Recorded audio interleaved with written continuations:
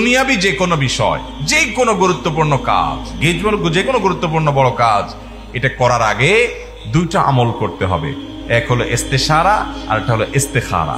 একটা হলো পরামর্শ গ্রহণ করা, আর হলো আল্লাহর কাছ থেকে কল্যাণ কোথায় আছে সেটা দোয়া করে কামনা করে চেয়ে নেওয়া। চেষ্টা করবো তো ইনশাআল্লাহ।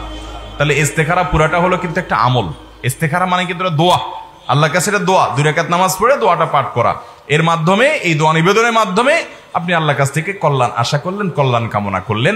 এরপর আপনি আল্লাহর পরে পরিপূর্ণ তাওয়াক্কুল করবেন যে এর পিছনে আল্লাহ তাআলা আমাকে কল্যাণ দিবেন। দোয়া করতে থাকবেন। নবী সাল্লাল্লাহু আলাইহি সাল্লাম প্রায় বলতে থাকতেন, আল্লাহুম্মা খিরলি ওয়াখতারলি, আল্লাহুম্মা খিরলি ওয়াখতারলি। এটা হলো সংক্ষিপ্ত ইস্তেখারা। আপনি হাঁটতে চলতে ফিরতে সবসময় বলতে পারেন, আল্লাহ আপনি আমার জন্য কল্যাণ দান করেন, আমার জন্য নির্বাচন করে দেন যে আমার কোনটা করা উচিত। আল্লাহুম্মা খিরলি ওয়াখতারলি বেশি বেশি করে পড়লেন, বাস। এটা এক প্রকারের ইস্তেখারা। আর মূল ইস্তেখারা যেটা, সেটা তো আমরা পড়বো ইনশাআল্লাহ বিইذনিল্লাহ, বেশি বেশি করে প্রত্যেকটা গুরুত্বপূর্ণ কাজে ইস্তেখারা করতে থাকবো, করতে থাকবো, করতে থাকবো, এবং আল্লাহর উপরে পরিপূর্ণ তাওয়াক্কুল রাখবো। ঠিক আছে তো ইনশাআল্লাহ? আমল করবো তো ইনশাআল্লাহ? আল্লাহ আমাদের সবাইকে আমলের তৌফিক দান করুন। তবে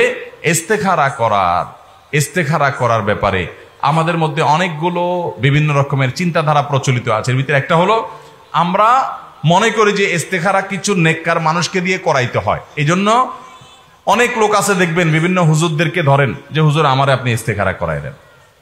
এটা নবী করিম সাল্লাল্লাহু আলাইহি ওয়াসাল্লামের সুন্নাহ দ্বারা প্রমাণিত না।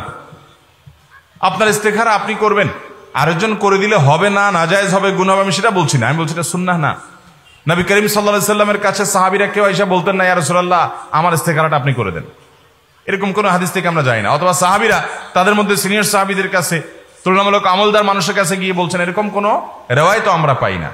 তবে ইস্তেখারা প্রত্যেকে যার যার ইস্তেখারা শেষে করবে।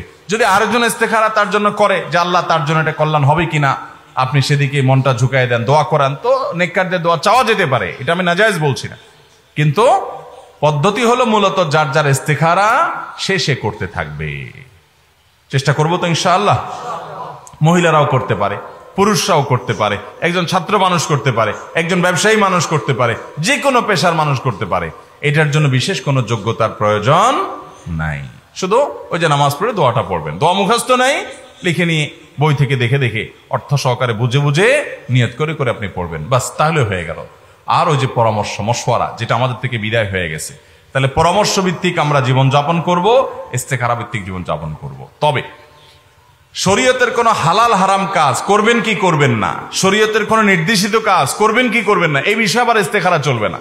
আপনি যদি ইস্তেখারা করেন যে আল্লাহ হুজুর বলছে 5 ওয়াক্ত নামাজ পড়া লাগবে, কোরআনে আছে, হাদিসে আছে, আমি ইস্তেখারা করতে চাই, এটা আমার পড়া দরকার আছে না নাই, তাহলে এখানে ইস্তেখারার দরকার আছে কোনো? এখানে ইস্তেখারা করা যাবে না। ইস্তেখারা আখিরাতের কোন বিষয়, অর্থাৎ আল্লাহ তাআলা যা করতে বলেছেন বা যা নিষেধ করেছেন সে বিষয়ে আর কোনো ইস্তেখারা নাই। ওটা তো আল্লাহ সিদ্ধান্ত দিয়েই দিয়েছেন, ওখানে আর কোনো ইস্তেখারা চলবে না। ইস্তেখারা হবে আমার দুনিয়াবি মুবাহ কাজের মধ্যে, যে আল্লাহ এই কাজটা আমি করব কিনা। হ্যাঁ, হজের ক্ষেত্রে আপনি ইস্তেখারা করতে পারেন, আল্লাহ এই বছর হজে যাব না আগামী বছর গেলে আমার জন্য ভালো হয়, এটা ইস্তেখারার বিষয় হতে পারে। আমি ইলম অর্জন করতে যাব, এই দেশে যাব নাকি ওই দেশে যাব, এই ইউনিভার্সিটিতে পড়বো না ওই ইউনিভার্সিটিতে পড়বো, এই মাদ্রাসা যাব না ওই মাদ্রাসা যাব, এগুলো ইস্তেখারা বিষয় হতে পারে। আমি ইলম অর্জন করব নাকি ইলম বাদ দিয়ে আমি জাহেল থাকবো, এটা কোনো ইস্তেখারা বিষয় হতে পারে। যেটা শরীয়ত আমাকে করতে বলেছে সে বিষয়ে আর কোনো ইস্তেখারার দরকার নাই। অতএব ইস্তেখারা এবং ইস্তেশারা দুইটাই আমরা করব। এখন প্রশ্ন হলো কোনটাকে অগ্রাধিকার দেব, কি আগে পরামর্শ করব নাকি আগে ইস্তেখারা করব, না কোন খাতে কোনটা করব? এটা নিয়ে উলামা ইকরামের নানা রকম ব্যাখ্যা আছে। অনেক উলামা ইকরাম বলেছেন, যেহেতু হাদিসে আলাদা করে এটার কোনো আপনার ঠিক করে দেওয়া হয় নাই, তারতিব ঠিক করে দেওয়া হয় নাই, যে সিরিয়াল বলে দেওয়া হয় না যে এটার পরে এটা, এটা না হলে এটা।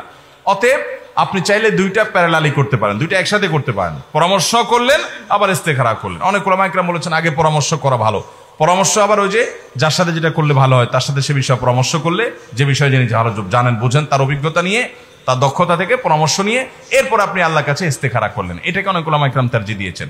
আবার অনেক উলামা ইকরাম প্রাধান্য দিয়েছেন এর উল্টাটাকে, যে না আগে আল্লাহর কাছে ইস্তেখারা করবেন, এরপর বিভিন্ন সাথে মশওয়ারা করবেন। আপনি চাইলে দুইটাই একসাথে করতে পারেন। আবার কিছু কিছু কাজ আছে যেখানে আপনার কাছে মনে হয় এখানে অভিজ্ঞতাটা বেশি দরকার, তাহলে সেখানে শুধু পরামর্শ করেন, কোনো অসুবিধা নাই।